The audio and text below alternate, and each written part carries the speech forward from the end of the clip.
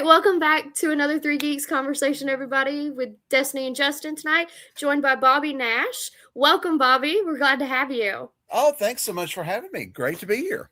What made you get into writing? Is that something that you always liked, or? Uh, when I was a kid, my first creative endeavor is I wanted to be a comic book artist.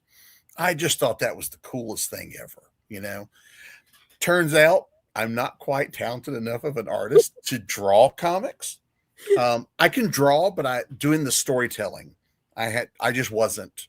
My work wasn't up to snuff. But I started writing comics, so I would have things to draw. And then other artists were going like, "Hey, can you write something for me?" And that was kind of where the writing bug started. And then one day, just out of the blue, I was like, "I'm going to write a novel." And whoa, it was tough. And but yeah, it was. Sometimes it's just that. It's just, can I do this? I don't know. So Yeah. That's kind of how it was for me. I was just like, I have this idea. Can I do it? And then it was like, I'm going to do it. Yeah, and then you trip and you stumble and you curse and what the hell was I thinking? And one thing I tell people all the time is like, whatever your first thing is you do, just know it's going to suck. But don't let that discourage you, because the very first novel I wrote was horrible. I mean, I look back on it now, I can admit it was bad. It was cliche ridden and just bad. But I finished it, which excited me enough to try it again. Yeah. And the second novel I wrote got published.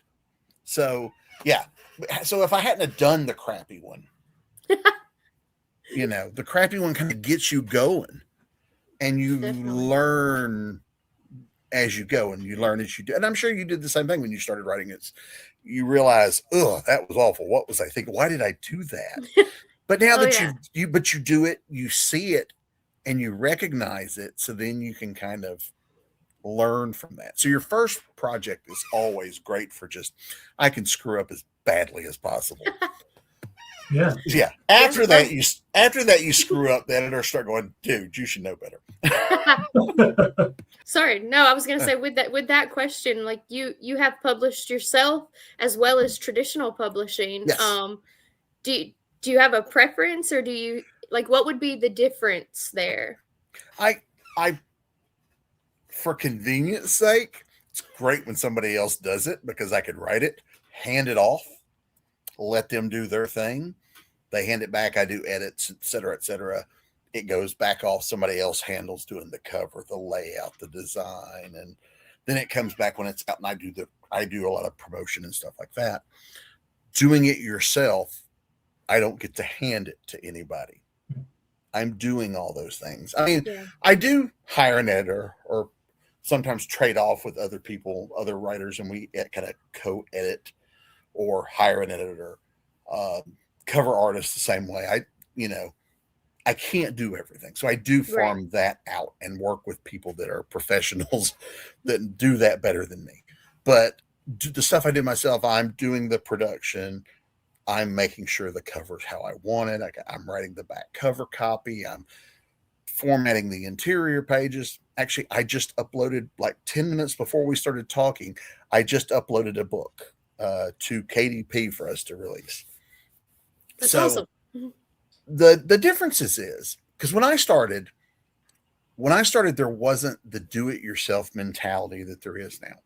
Yes, I am that old. There was, if you wanted to be a writer around the time, because I got the bug in high school.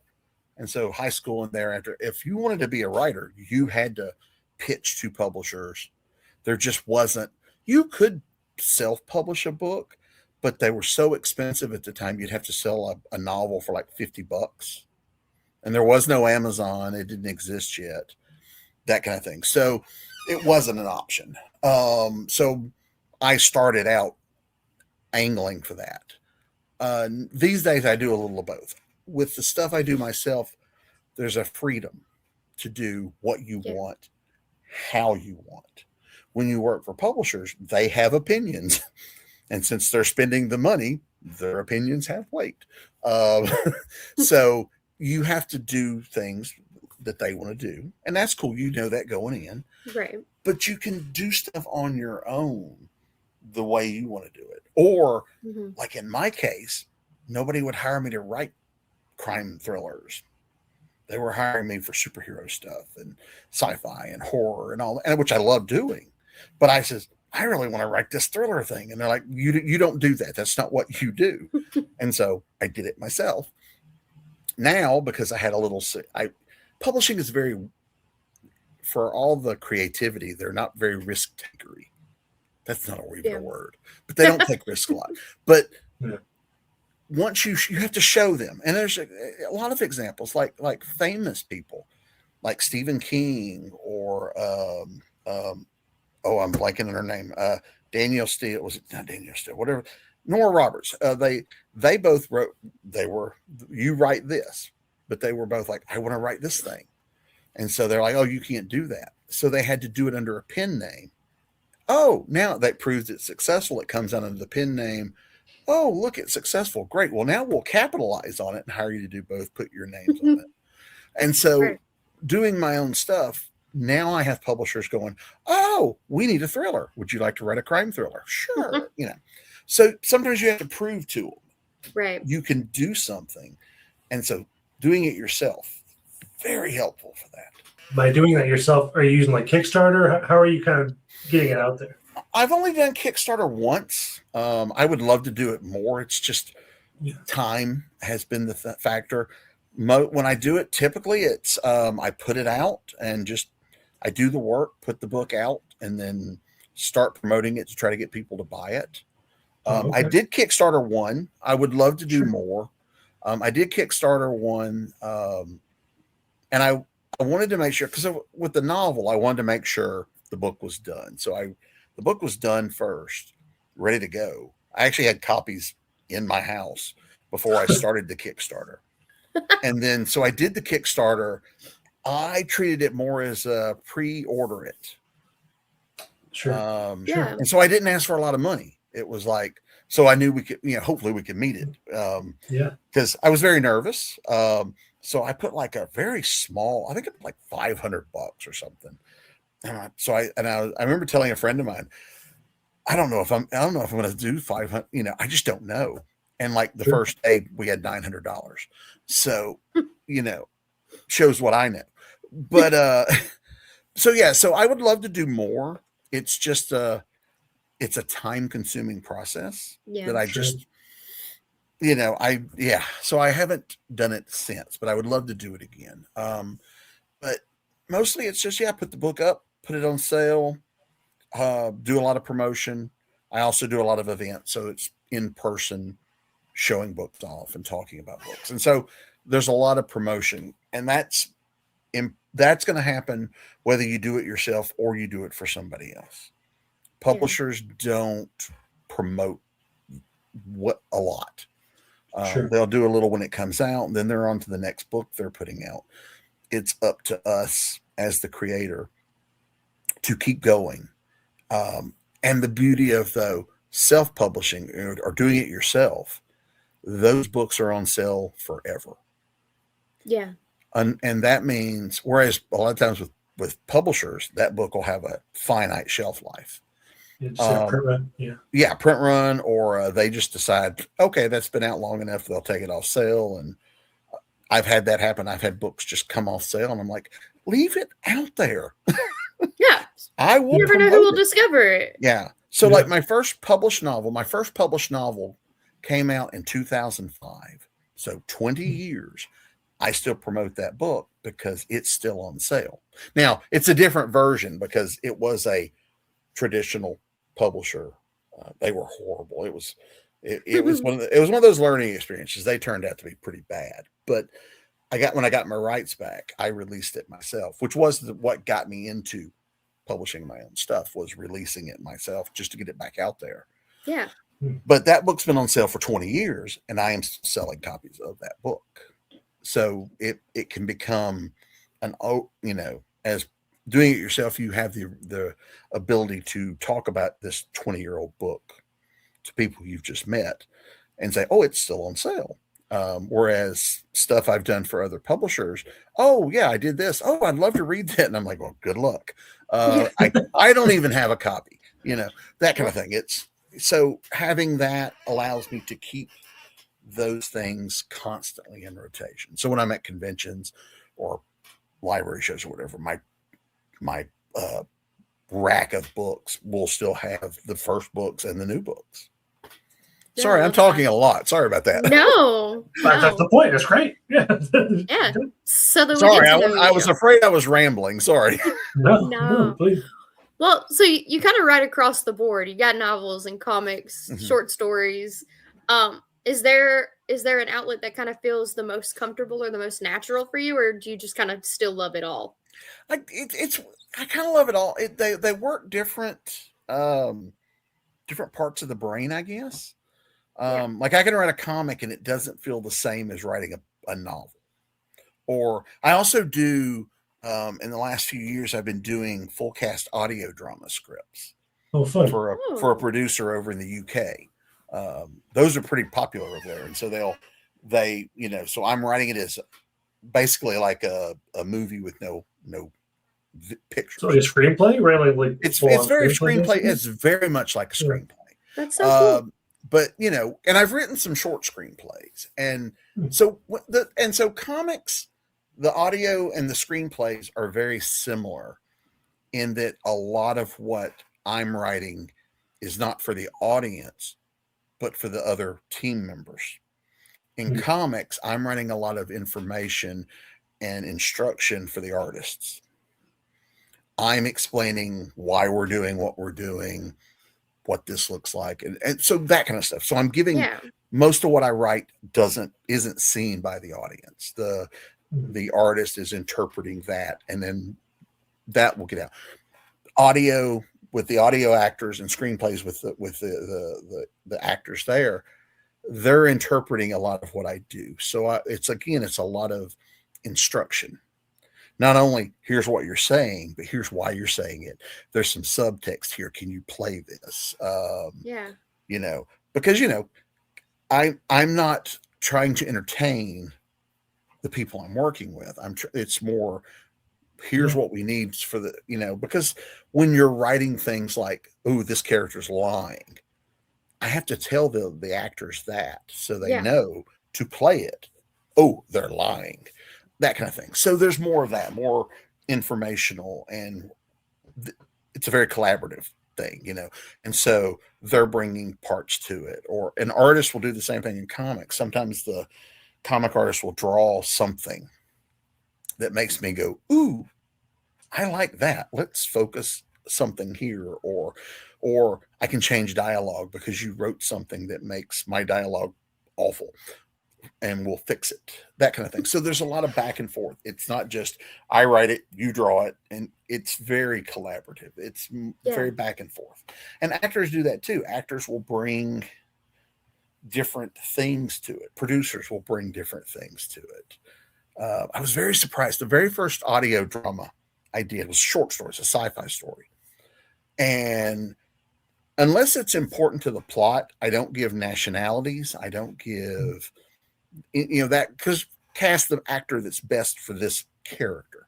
Right. And so I was very surprised because in my head, I hear them. The very first one I did when it was released, one of the characters was Australian. Never would have occurred to me.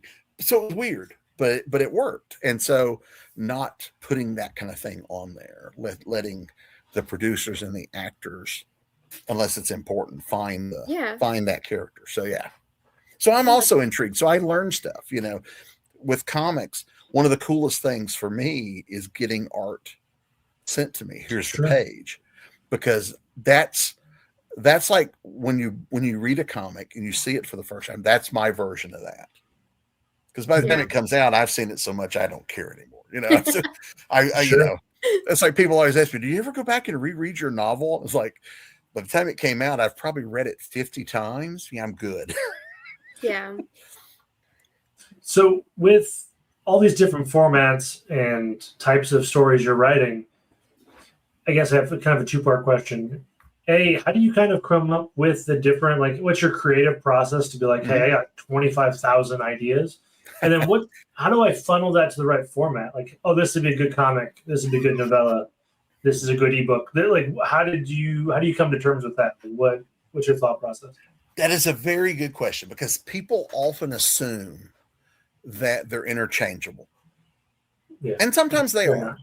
but sometimes they're not. Sometimes it's like, I get this idea.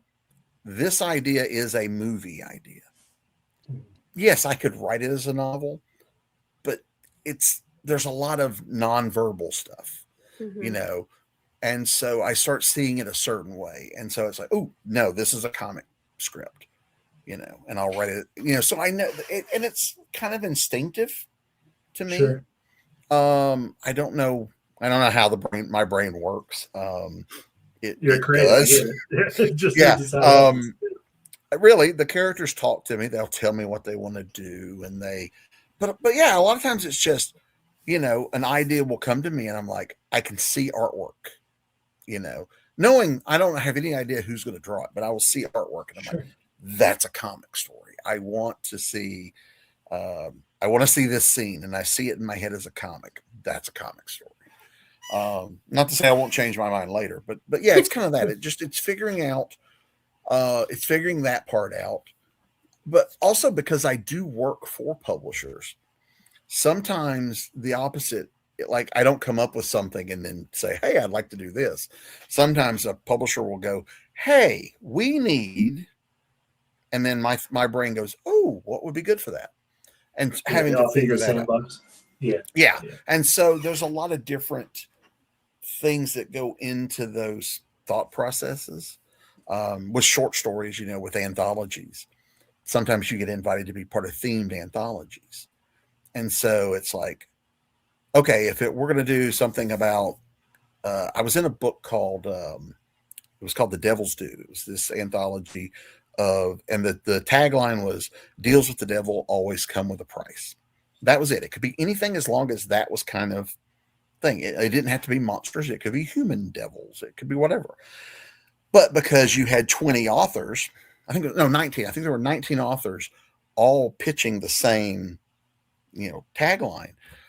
I was like, I've got to do something that's going to stand out, because so in those instances, like the first 4 or 5 ideas I get, I'll just ignore them, because if it came to me easy, somebody else has already thought of it.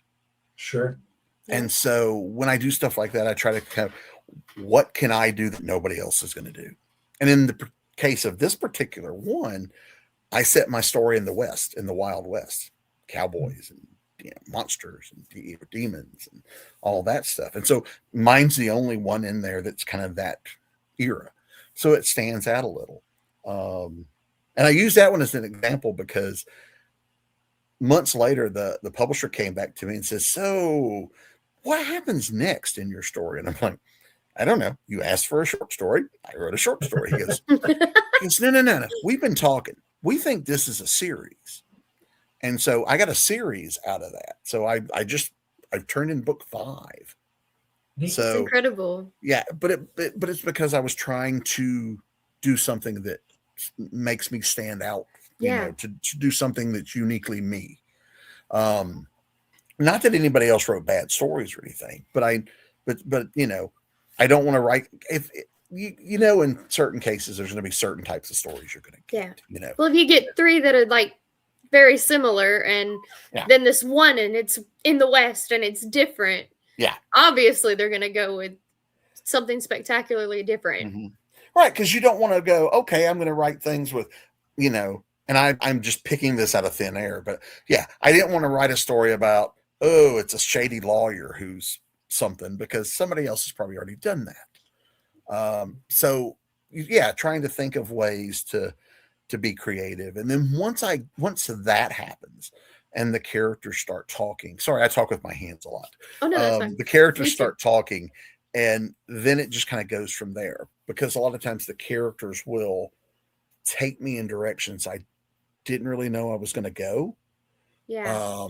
And so, and I've gotten some good twists in my books and my stories because of that, because a character was like, like there was one, I got to the end of this one short story and it was based on an old radio show. And the conceit was is the reporter walks Chicago at night. This was in the 1950s. And he would get into adventures, and that's what he wrote about in the newspaper. And so I had him get a simple story because it's a short story. So it's like, this person's in trouble. He tries to help them. This is the bad guy. And I'm at the end of it, and the hero and the villain have become face to face for the first time. And I'm writing the dialogue, and the villain says something that makes me realize he's not the bad guy. And so at that point, another character chimed in, and I realized that's the bad guy. And so I finish it up. I love that twist. I got to go back and make sure this makes sense. So I go back and I start reading it again to plant clues, and was surprised to find that the clues were already there, that subconsciously I knew, but I didn't, it hadn't worked itself out for me yet. So that. And that happens to me a lot, where the characters will do something halfway through and I go, oh, and then yes, the clues are there, but because back of the brain Bobby is pretty smart, front of the brain Bobby is a little slow. Yeah, it's a madhouse up in here.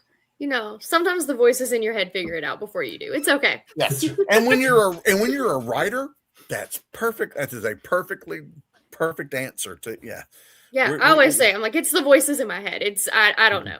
I don't know what they're doing. They will tell me certain characters won't go away. Yeah. Like, in Evil Ways, my first novel, there was a character, the sheriff of the town. There was never an intention to use him again. And then I made this fictional town. I wrote another book, and I needed a small town. So I was like, hey, I created a town. I'll use that. But I won't use any of the characters. I'll just have it be in the town. But as I'm writing this story, this little voice in the back of my head would go, this would be the point where someone would have called the cops by now. And so this character ends up back in this book. That's fun. So cool. Yeah, cut to years later, the character would just keep going in my head. So I'm still here. And so it took a number of years, but an idea came to me, and that little voice goes, that one's mine. And now today I'm writing the 4th book featuring that character in his own series. So trusting them helps a lot. Yeah. Yeah. I've had stories take me down a path I was fully unprepared for, just because that's what the voice said it wanted to do. But it's so cool when that happens, isn't it? Don't you? You're like, if I can be surprised, then hopefully that means the reader can be surprised. Yeah. Yeah, and people, when you talk to non-writers, do they look at you like you're crazy? Because they do absolutely. me. Absolutely. Yeah, because they don't look at like she's crazy. He does. But Probably for other reasons. Well, I've had people come to go like, well, you're the writer. Can't you just make them do what you want? I'm like, it doesn't really work that way. No, it's their story. I'm just writing it. I'm not the boss here. Exactly. So, for the stories that you've created, like not in the sandbox you've been given, but the ones you kind of create, are they all in the same universe? Are they all like the Dark Tower, where like you have like Pennywise that can drop in anywhere? You know what I mean? Like, is it? It's possible. I mean, a lot of them, yes, because there's a lot of this modern day stuff with Snow and Sheriff Myers, and they live in the same world. Because I cross over like secondary characters all the time. Sure. But I also do sometimes work in other genres, little bits. Sure. I did a lot of pulp work, writing old pulp characters for a while. And I have this character called Lance Starr Sky Ranger. It's like a 30s Indiana. If Indiana Jones was a pilot, that's Lance Starr. Got it. And I have him at one point, he keeps interacting with, they were called G-men back then, the government agents. And so one of the government agents has the last name of Palmer. Well, Evil Ways, the 2 main characters, their last name is Palmer. So that's their great grandfather. Now, it's not a story point. It's not anything I've like hammered home to people, but it's there. Or I did because sometimes we try to challenge ourselves. I wrote so many of these pulp stories that took place in the 30s, 40s, and 50s for various publishers. And so pulp characters often dealt with mobsters. They fought mobsters and things like that. So I created three mob families. And so whenever I needed a mob family, I would just use one of them. So I kept a list of where they were at what particular times. And because I was writing stuff at different publishers in different eras, if you look at them, if you followed them all, you would notice there is a mob war going on in the background of all of these stories, and it's the same families. And so That's fun. like this book will come out, and this story has something that takes place in 1942. Okay. And something's happened. Then I wrote this other story over here that takes place in 1939. Well, that's where that guy got arrested. And so if you look at them all, there's this big, massive. And then with the Snow series, which is set modern day, and it's not a pulp story, it's like just an action thriller. We needed a mobster, so it's the descendants of those guys. So we find out in the 21st century who won the war, because they're the last one. Yeah, they're the last one standing. Most people have no idea.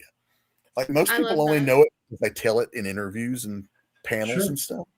But there's been a few people who've read a lot of that stuff, realized, wait a minute, they're movies, but really it was more like fun for me. I enjoyed it. So I do stuff like that. So there's a lot of that. But then I also do write some sci-fi and some horror. That doesn't necessarily fit in the real world stuff here. Like the Dante's books, which is the horror, supernatural Western set back in the 1800s. I mean, I could slip something in there and have somebody's great whatever, but I haven't. Not to say I couldn't.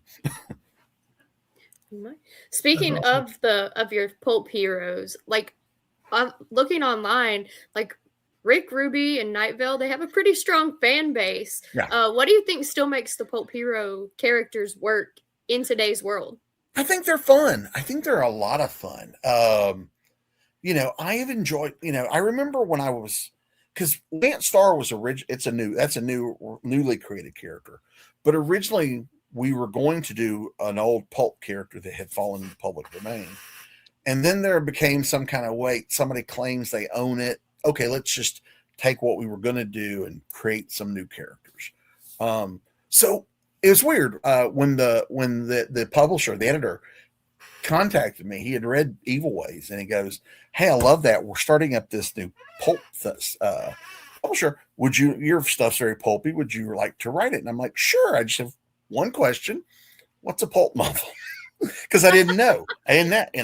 And so, but they're very action oriented. They're very, which I love. I love good action. So they're very action oriented. They're very simple, and you're not doing a lot of side quests, because usually they're short stories, but occasionally you get to do a novel or something. One of those was Domino Lady, who had 6 stories in the 1930s and went into public domain, and a publisher dusted her off and said, "Hey, we're going to do new stuff."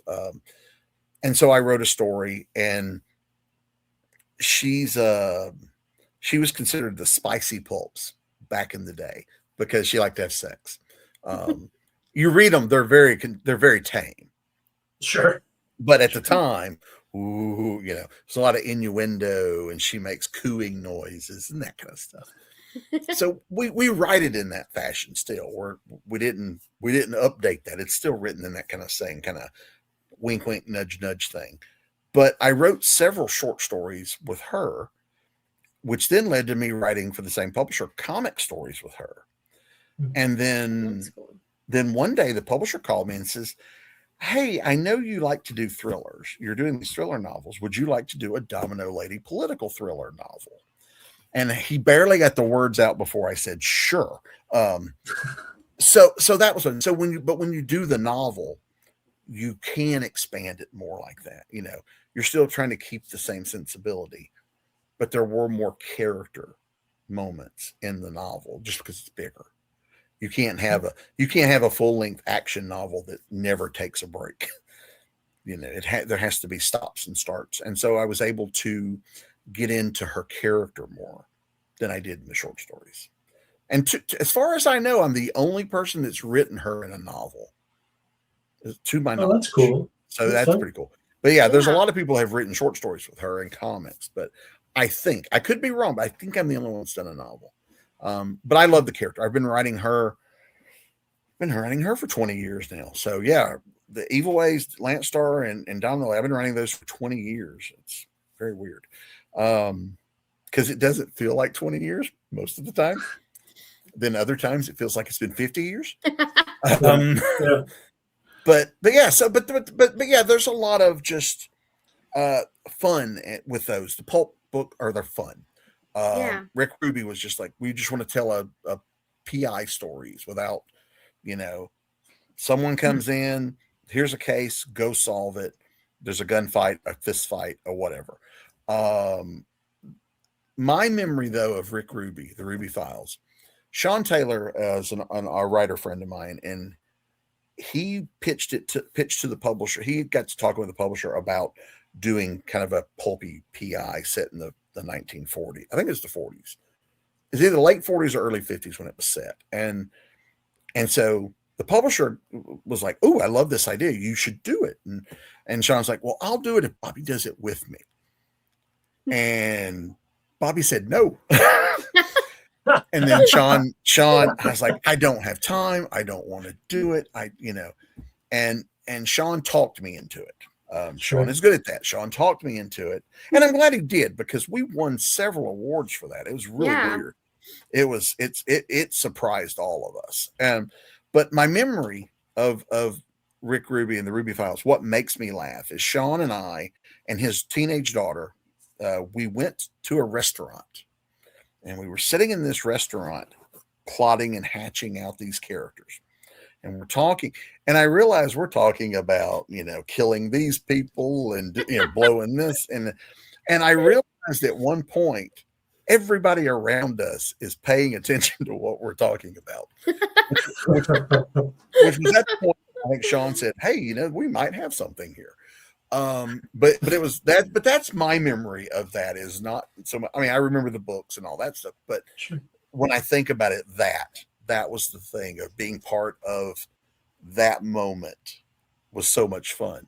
Yeah. And yeah, so, but yeah, it was weird. It was one of those, cause I've heard this in interviews with actors and directors and musicians, the biggest hit they ever had, almost half the time they'll go, "Yeah, that's the one they made me do. I didn't want to do that."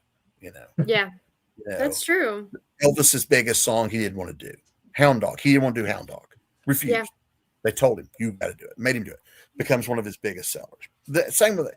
I didn't want to do it, and so what do I know? So that's kind of the genesis. Yeah, that's kind of like sums up my career in a nutshell. What did I know? What do I know? So yeah, but it's weird. And you never know, because sometimes you can pour your heart and your soul and every ounce of you into this thing that you're bleeding to write this thing, and you put it out and you take that deep breath and nobody cares. Yeah. There's this thing you did over a weekend as a favor. Not that you didn't put your effort and all that to it, but it's just a gig, Yeah. It comes out and, oh my God, people are gushing. That's the greatest thing you've ever done. And so you just don't know. Yeah. Cause I've done that. I've poured my soul into things that like nobody cared. Nobody cared but me. Yeah. Sorry, I cut you off there. Sorry. Oh no, you're fine. Well, do you have a favorite of your characters? I mean, some people do, and some people are like, "They're all my babies." Yeah. It's one of those answers that changes from day to day, but there are certain characters that mean more than others. Like the Snow character is really one that stays with me a lot. But then like with novels, I often point to Evil Ways because that was the first published novel, and all of this other stuff came out of doing that. Yeah. Because your career, you can kind of go, because I had this book, I got hired to do this because they read this. Okay. Then this comes out. Then another publisher saw that and hired me to do this. So they become for that. But Snow, Domino Lady, like I said, I've been writing Domino Lady for 20 years. I was once referred to in an interview as Mr. Domino Lady, which just thrilled me to no end. I don't know why. It just, so I still get to get recognized for that and to have people that have followed. And I'm not the only person that writes her. So there's other people writing her as well. But to have people after 20 years going, oh, I love what you do with her and that kind of stuff. That's really cool. But there's every character kind of for different reasons, this one, I've worked on books that didn't do well, or I didn't necessarily love the experience of writing the book, but I love the character, or the book didn't do so well, but I loved writing it. So they're all popular in my head for different reasons. So, but it's one of those questions. The answer will almost change. If you ask me again tomorrow, I'd give you a different answer. It just depends on where I am. Depends on what I'm working on. When I'm working on Domino Lady again, she's right there at the forefront. Like right now, I'm working on the next Sheriff Myers, so he's kind of in the forefront. He's the one talking to me at the moment, so that kind of thing. Yeah. But they're all like your children, Yes, I have a favorite today. Tomorrow, that character will irritate me, and then I'll have another favorite. That character won't do what I want them to do. So they're not my favorite at the moment, or that kind of how it goes. That's the most honest answer to that question ever, and I love it. Oh yeah, I love my characters. We have a very abusive love-hate relationship. They do make my life difficult sometimes, and which is great though, because that makes them feel more real. Yeah. Which I think the readers pick up on. Because I try not to treat them as characters. They're people. And like any other people, they annoy the crap out of me at times. And but the trick is getting that annoyance onto the page. Sure. To make them, if you're gonna annoy me, you're gonna annoy the reader too. There you go. Exactly. Make everybody deal with it. Now what kind of stuff do you write? Just out of curiosity. Mostly like fantasy fiction, Nice. romance. I like kind of like a supernatural feel to things. So there's a lot of that. But not all of mine. I'm also working on a public domain story. I have about 5 unfinished novels at the moment. So I feel I work on multiple projects. Like if looking at my laptop, I have to. I currently have open 1, 2, 3, 4. I have 5 open projects on my laptop right now. It's a sweet number. Yeah. plus the stuff you're prepping. Yeah. Because you're jotting down ideas for this new thing you're doing, or the stuff is coming. You're jotting down ideas and blah, blah, blah. But you're also working on, I got to stop what I'm doing because I got edits on this thing I wrote 6 months ago. Yeah. So I stop, work on edits. That goes away. You go back to the prompt. Oh, here's a galley proof. Stop. You proof the galley. Oh, this book just came out. Great. You got to stop, promote. So that 5 can easily become 10. Absolutely. It started fun. Yeah, you have to juggle. Yeah. Oh yeah, I don't complain about it because I remember the early days when I couldn't get a publisher to talk to me, much less publish me. So the fact that that's not a problem I have as much anymore. It's a good problem. I mean, it could still be a problem, but it's a good problem to have. Absolutely. Yeah. It's, because I remember those early days when I was submitting, because like I said, back then you couldn't do it yourself. So you submitted. And so when you submit, you only write a part of it. Yeah. And you submit it off and hope somebody will pick it up. When I got hired for the first time to do something, it threw me because I had never written more than 30 pages of anything. Because I'd never finished a story. Sure. Because you're pitching them the beginning of the story. They don't like it. No one wants it. You don't finish it. Right. Exactly. And so it took me, it threw me because, wait, what do I do now? I have to continue this. Man, the middle sucks. You get in the middle of a book. Sometimes it's like quicksand, Mm-hmm. and so that was a nice learning curve. And I've been doing this long enough now that I am fortunate enough that I've worked with a number of publishers that sometimes they will just reach out to me and go, hey, we just got the license for Zorro. Would you like to write a Zorro story? Awesome. Love it. On board. No problem. Love Zorro. Happy to do it. I didn't have to pitch that. I didn't have, that's I know I'm very fortunate that I've reached that because, not everybody, it's not always something that happens because I still see stuff and go, ooh, I want to work on that. And I'll pitch stuff and, get ignored like, in that pitching stage sometimes. But yeah, it is cool. I've been very fortunate to do a number of publishers, a number of types of characters, a number of genres, which has helped, hey, we're doing a sci-fi thing. You want in. So I can still do that. So far I haven't had anyone in recent, maybe the last decade go, yeah, no, you can't do that because you write this stuff. That stuff hasn't happened in a while. Sure. But also the publishing industry is different than it was when I started. There is, somebody tells you that and you go, fine, I'll do it myself. Yeah. But I do try to juggle it. I still like having stuff from other publishers in addition to my stuff.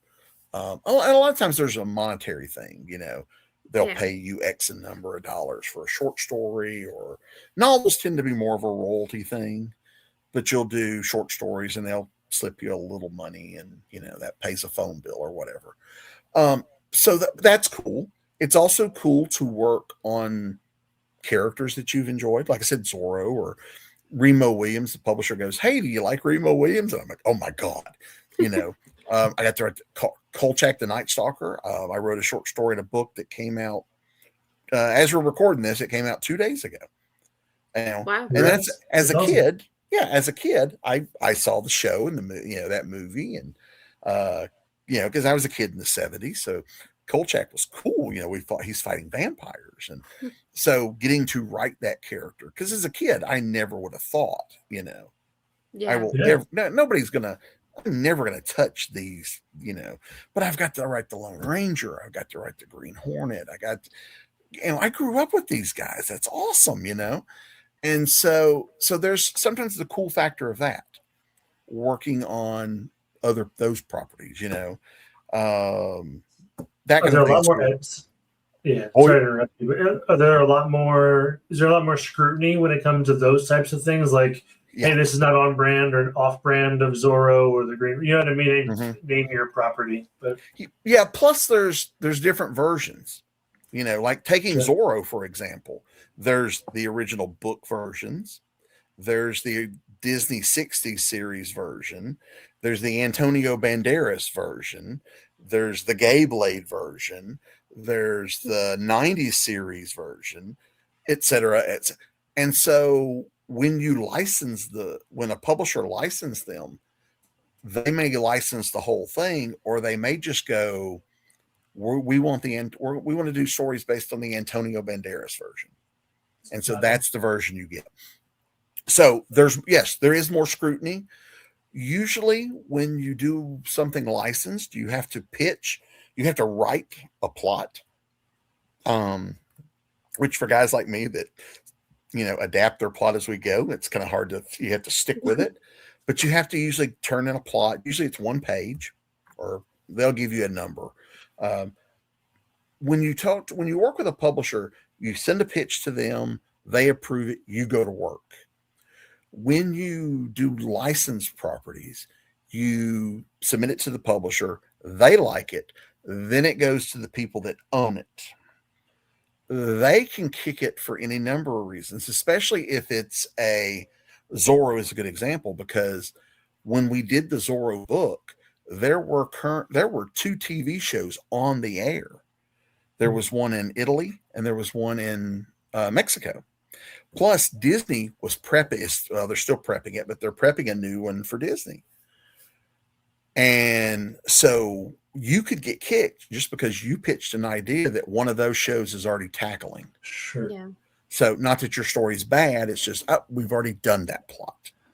And so there's a lot more. And that's where that trying to think of what everybody else has thought of and not do comes in handy, because you're pitching it to that. Or they may go, ooh, we like that idea, but that's something that if we're going to do that story, it needs to be filmed. That's not for the books. Or sometimes people turn in things that absolutely will never get passed. I've talked to a lot of editors about this, and we did one too. We opened with the Ruby Files. We opened it up to other writers, and I've been told that almost every open call for any licensed or corporate owned character will get this plot or a version of this plot. We'll use Zorro as an example. Zorro falls in love and gets married. He and his new bride have a child. This villain, could be an old one, could be a new one, kills his wife and child. Zorro has to get revenge. They are never going to let you publish. They are never going to accept that story. The reason being, that is a fixed moment in time. Everything in Zorro's life is either before the kid, after the kid. It's a defining moment in that character. They're not going to let just some freelance writer like me tell that story. That's something that's going to come from in-house. They're going to decide we want to do this story, then they go hire somebody. So knowing what works. I like to I tell people that writing licensed characters is like Star Trek. The original series, almost every episode of Star Trek opened with the Enterprise flying through space. We're on the bridge. Everybody's laughing. They're happy. Life is good. Something goes wrong. They solve the problem. And at the end of the story, the Enterprise is flying through space. We're on the bridge. Everybody's laughing and happy. That's writing media tie-in fiction. I am writing everything between the Enterprise flying through space and the Enterprise flying through space. I can do whatever in there they'll let me. I can kill Spock, but he's got to be alive at the end of the episode. Media tie-in is that way. Yeah, you can't cut off Zorro's arm unless by the end of the story you found a way for it to be reattached. And so knowing that helps you a lot, because you realize it's not my job to come in and change the character or I'm here just to tell a story, just another story with that character. And so that helps. Knowing that helps get more work doing that, because they know what, that's why you see a lot of the same people writing Star Trek novels and Star Wars novels. They understand what needed. They can do. Right. You understand what it's needed. What those boundaries are. Yeah. Because you still have to tell an interesting story. You still have to engage the readers and all. But there's knowing how to do it. And there are a number. I've talked to a number of just absolutely fantastic writers that just they know intrinsically how to do life, because they've done it so much, and because they've done it so much, it's easier on the publisher and the licensor, because we don't have to micromanage that person. Right. They understand. They're not going to give us stuff we can't do. And so if you can get into doing it, like I've done mostly small bits, short stories. I think I've got at least one good Star Trek novel in me. Whether it'll ever happen, who knows? But you got cut off Spock's arm. Yeah. It's like I'm gonna cut. I'm gonna. I mean, you can because think about it. There's one episode of the show they ripped Spock's brain out. But by the end of the episode, it's back in place. So, you can do a lot. But yeah, so but it is a lot of fun. It is, but as you said, there is more scrutiny. Not only from the people that own it, and you're not always dealing with creative people at the licensor level. It may be Zorro Incorporated's lawyer you're dealing with. And I'm not dealing with them. The publisher is. The publisher's between me and them. That's generally not but yeah. So it like I said, it could be any number of things. But then there's also the scrutiny of these books come with built-in fan bases. Yeah. So you have to start thinking about that. I realize there's somebody that this is their favorite thing in the world that I'm writing, and how dare I screw it up? So you have to think about that too. Yeah, no pressure. You don't necessarily pander to them, but you're not pandering. You're not talking down to them, but you don't want to. Yeah, my job is not to go in and change the Green Hornet so he's something completely unrecognizable, because the fans will turn on you, as evidenced by the last Green Hornet movie, which did just that. Completely changed the tones of the character, and the audience hated it. So you're careful about that. I don't want to be the guy where they go, that guy sucks. Really, that's part of my whole goal as a writer is don't suck. Yeah. It's a great goal for a good writer. Just don't suck. Bobby, it has been an absolute pleasure talking to you. We'd love to have you back on another time as well. Absolutely. Always happy. Where can our fans find you online? Well, BobbyNash.com is my website. There's links to everything there. Ben-books.com is that's my press, where I do the books that I publish myself.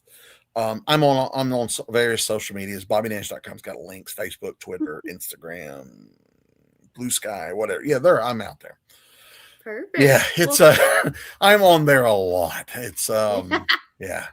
Because we're out there promoting the books and trying to do so it's fun. But I'm very lucky. I love what I do, so that helps. Yeah, absolutely. Well, everybody go follow Bobby and check out his website, check out his books, and don't forget to like, share, and subscribe, and we'll see you guys next time. Thanks.